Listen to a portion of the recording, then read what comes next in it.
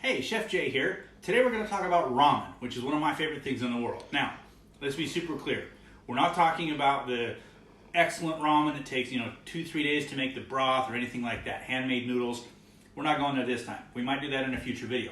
What we're going to talk about today is that cheap-ass little 25-cent ramen that you lived on in college, and how to elevate that to near restaurant quality, just making a much better dining experience for you. To do that, we're going to need some basic tools. Okay, the first of which is a big ass bowl. Okay, you need a big ramen bowl. Now, if you don't have a bowl specifically for ramen, I'm sure you've got a mixing bowl or something that will do. But you want a big bowl for a couple reasons. First and foremost, when you eat ramen, you get your face down in there. Okay, and that's part of the experience, because as you get closer, you get all of those aromas and the steam, and it just kind of overwhelms your senses, and that's part of it. Enjoying really good ramen. So get a big bowl that you can get your face down into. Okay, that's part one. Part two, I prefer chopsticks. I think it just makes the experience funner, and I like eating with chopsticks. And again, as you get your face down in the bowl and you just kind of spoon the noodles up, chopsticks work great. So get yourself some good chopsticks. You're also going to want a nice Japanese spoon for the broth. You can use any spoon you want. What I like about these is that it's deep. Okay, it holds a lot of broth. So one hand you got your noodles, one hand you got your broth. You're just kind of feeding yourself as fast as you can, because ramen, right? So get those things together. That's part one. Okay, next up is the actual ramen. Now, there's a couple different flavors that I like and I like to keep on hand. We'll talk about flavors in just a minute, because more often than not, I just throw the flavor packet out. But there's a few that I like, the flavor packets as a base. We'll talk about that. There's two parts to ramen. You got that flavor packet, and you got the noodles. Okay, these little squiggly things that we're all familiar with.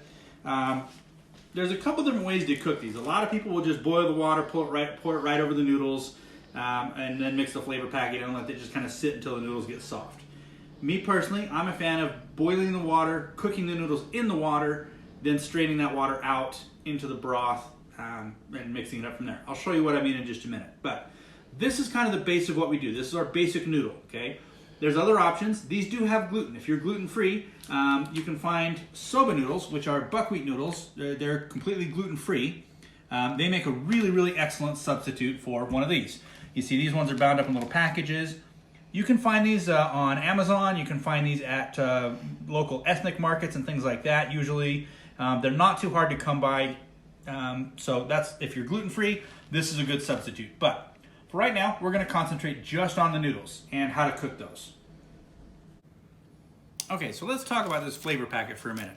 There's a couple flavors that I enjoy, okay? The chicken packet, it tastes pretty much like salt, okay? There might be a little bit of chicken flavor in there. If you're just super, super basic, cool. Use that, maybe throw some scallions or green onions in with it. That's great. Some of these other ones, the beef flavor is actually okay, marginally better than the chicken. Pork flavor is great, okay, because pork is naturally kind of a salty thing anyway, so the fact that that packet is pretty much all salt, it actually works for that. And then we have the politically incorrect Oriental flavor, okay? Should be Asian flavor, but whatever, I'm not judging. This actually has some flavors that I like to play with, and more often than not, this is the one that kind of my go-to for my base flavors, if you're using the packet that comes in it. Now, what I strongly recommend, if you're gonna elevate this, is to not use that flavor packet, but to start with, just make your broth from scratch. Use better than bouillon. If you got another stock or bouillon cube or something, that's fine. I like the better than bouillon flavors, and I typically have 4 different flavors on hand. I've got the vegetable, the chicken, I've got a pork, and I've got a beef. I'm out of those 2 right now, but you get the idea. So this is, I want to show this to you. This is just kind of a paste, okay? And it takes maybe, a tablespoon. You can adjust that to your own tastes, in 2 cups of water. Again, anytime we're making ramen from a packet, we're using 2 cups of water. So you got that nice little paste, put a tablespoon of that into 2 cups of water, and you've got a much better broth than what comes in from that little chicken salty flavor packet, okay? That's hack number 1. You can also mix and match a little bit. What I like to do is use just a little bit of the vegetable with whatever other flavor that I'm doing. It just kind of gives a little more depth to it. So use maybe just slightly less than a tablespoon of the chicken with just a pinch of this, like maybe a quarter of a teaspoon of this in your 2 cups of water. Mix that up. That's going to give you an awesome flavor right there and already elevate your ramen just by going with bouillon instead of their flavor packet. The other advantage of starting with a bouillon base is most of these have MSG in them, which there's a lot of controversy about that. Me personally, I'm of the mind that MSG isn't a big deal, but I know some people kind of try to avoid it, and that makes eating ramen from a package really hard. All of the Better Than Bouillon lines have no MSG. Okay, so if MSG is a deal breaker for you, use these. If gluten is a deal breaker for you, use the soba noodles. Okay, if you use some of the bouillon and some soba noodles, you've got an amazing MSG-free, gluten-free ramen as a base to start with. We'll get into some flavor hacks in just a few minutes here, but I wanted to start with the base ingredients and just really super, normal stuff before we start getting into all the crazy shit, okay?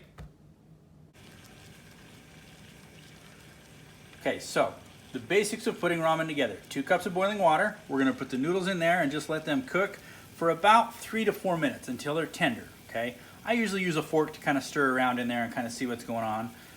While that's cooking, we're gonna get the base for our broth together in our bowl.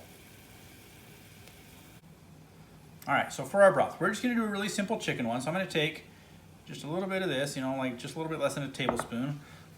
Put that chicken in there.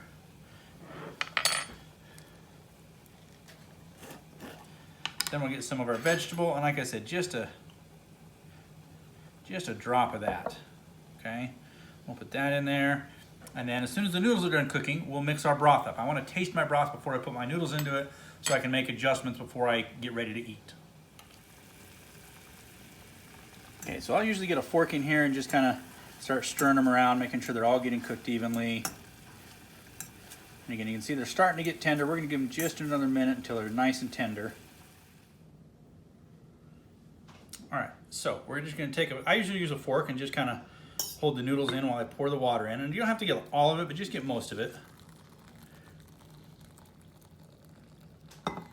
Okay, and we'll set that down and just kind of mix up our broth, make sure that's all dissolved and everything.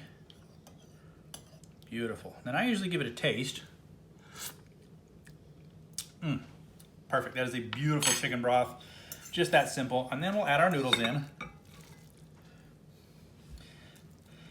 And right there, you've got a pretty fantastic bowl of just basic ramen, okay? Starting with that shit ramen package. This is where we start to get into some of the awesome stuff with flavorings, add-ins, and things like that. All right, so some of the add-ins that I use. Now these are just kind of stuff that goes in the broth to elevate it and enhance the flavor to it.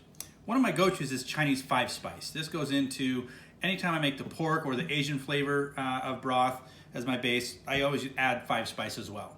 Now 5-spice has got fennel, star anise, which has kind of a licorice flavor to it, Szechuan peppercorns, cinnamon, and clove. So it has a really awesome, bold flavor to it. And just a little sprinkle of this in your broth is gonna add all kinds of flavor and definitely take it into that Asian realm. You're gonna get those kinds of flavors. And it works great even in the chicken one. One of my next go-tos is hoisin sauce. If you're not familiar with hoisin, it's kind of a thick, sweet, earthy sauce. Like it's got a ton of umami to it.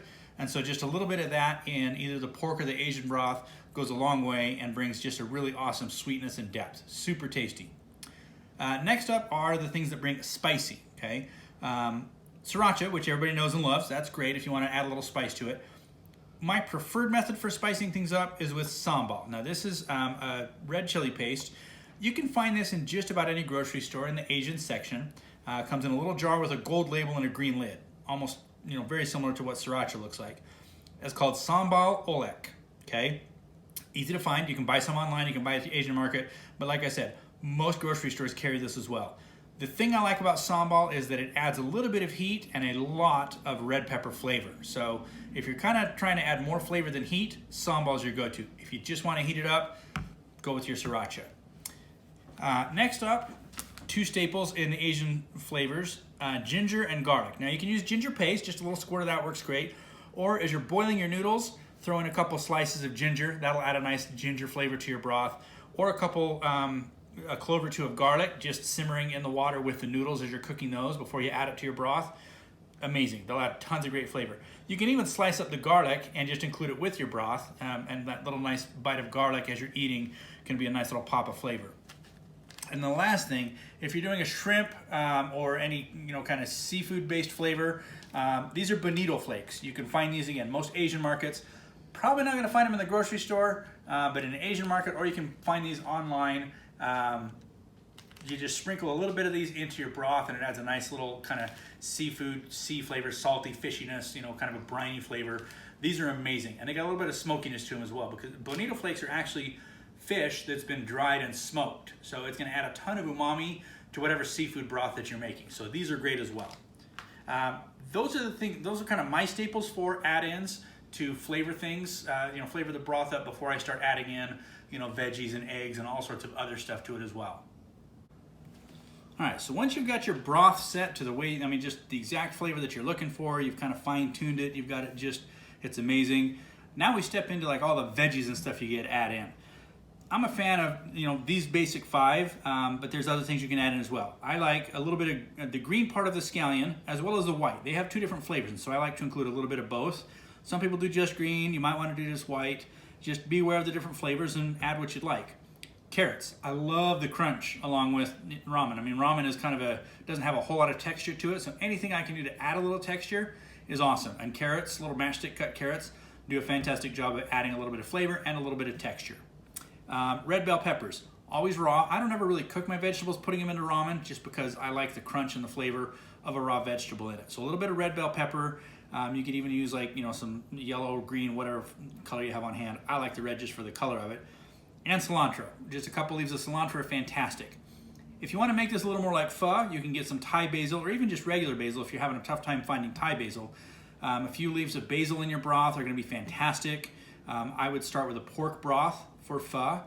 Maybe add just a titch of hoisin, and then, you know, of course, the sriracha and the basil leaves. That'll give you a really respectable homemade pho out of just a basic ramen packet. These are the ones I like. If there's other herbs that you want to throw in and try, like you can easily turn a packet of the chicken into chicken noodle soup with just some carrots, a little bit of parsley, maybe a little bit of celery in there as well. Chicken noodle soup, if you're not feeling good, do the ramen thing. Make chicken noodle ramen, okay? Perfectly fine. But yeah, just whatever vegetables and herbs you feel like you want to throw in. A little cabbage is nice, gives a little more, you know, heft to the broth. You know, kind of helps offset your carbs that you're getting with the noodles as well if you're health conscious. But yeah, just add whatever vegetables and herbs that you feel are gonna, you know, elevate your ramen. All right, one of my favorite parts of ramen is the egg. Typically, if you're eating ramen, it's because it's a last-ditch thing, you're out of time, and it's just you're hungry, you gotta have something. I usually have a couple eggs pre-poached, just sitting in the fridge waiting, so all I've gotta do is crack it, and it's already poached. Like, I just poached mine in the shell. I'll talk about that in just a sec. But I just mark them with a little P so I know which ones in the fridge are poached. And then once I'm making ramen, I just crack it right into my bowl, and I've got like restaurant style ramen with that poached egg just floating in there, that rich liquid yolk just mixing into the broth. And it doesn't take any extra time because I've done it ahead of time. Do about a half a dozen at a time. I mean, that's depending on how much ramen you make. A poached egg, once it's poached in the shell, you've got, I don't know, a week and a half, maybe 2 weeks tops to use it. So you may want to put dates on them as well. I use them fast enough that I don't necessarily need to put a date on it.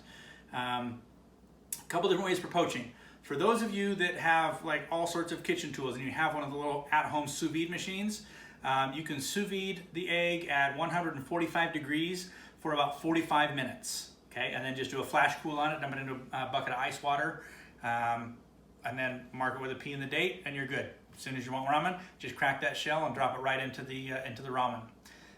If you don't have a sous vide, but you have an Instapot, Instapot's great. I do 6 eggs at a time in the Instapot, set it on the steam function for 1 minute, add 1 cup of water in the bottom with the basket in there, and then seal it up. It's gonna take a minute or two for it to come up to temperature, of course, but as soon as that buzzer rings, it'll tell you it's done. Vent it, and then get those eggs in an ice bath. They'll be perfectly poached with that nice liquid center with the nice firm whites.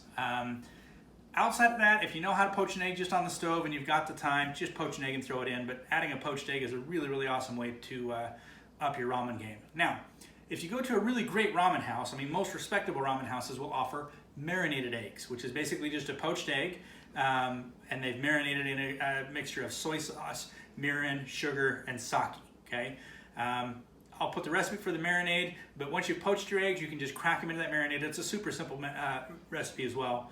Stick them in the fridge. You want to marinate them for between 6 and 12 hours. Don't go any over 12 hours because the salt in the soy sauce will cause the whites to bind up and become rubbery if you marinate any longer than 12 hours, okay? So 6 to 12 hours, depending on how intense you want the flavor to be.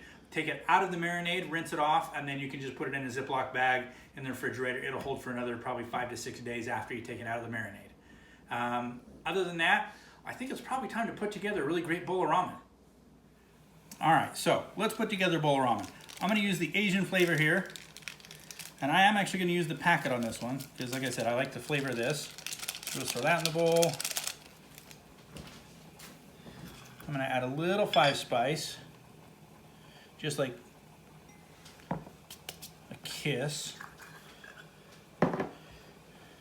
Throwing just a little bit of ginger paste. Just that much, just a hint of the ginger. Throwing a little bit of sambal. A little bit of hoisin.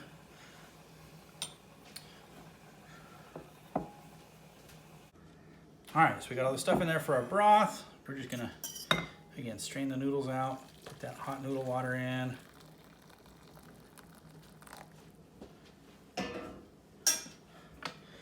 Give that a mix and see if we're where we want to be flavor-wise. Oh, it smells delightful. That 5-spice really comes through. Heavenly. All right, so let's go ahead and build this bowl of ramen. We'll put our noodles in.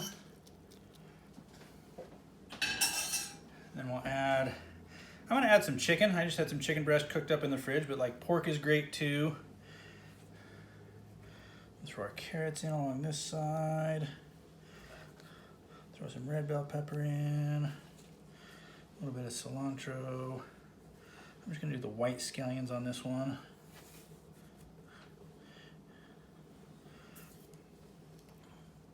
Slip in a little nori.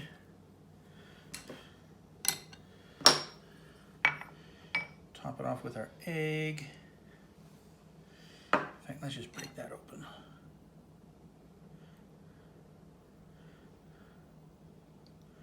Oh, look at that, that's beautiful.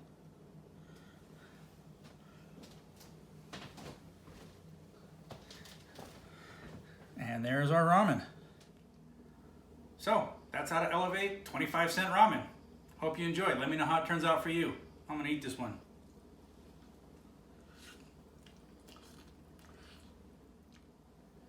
Savor the day.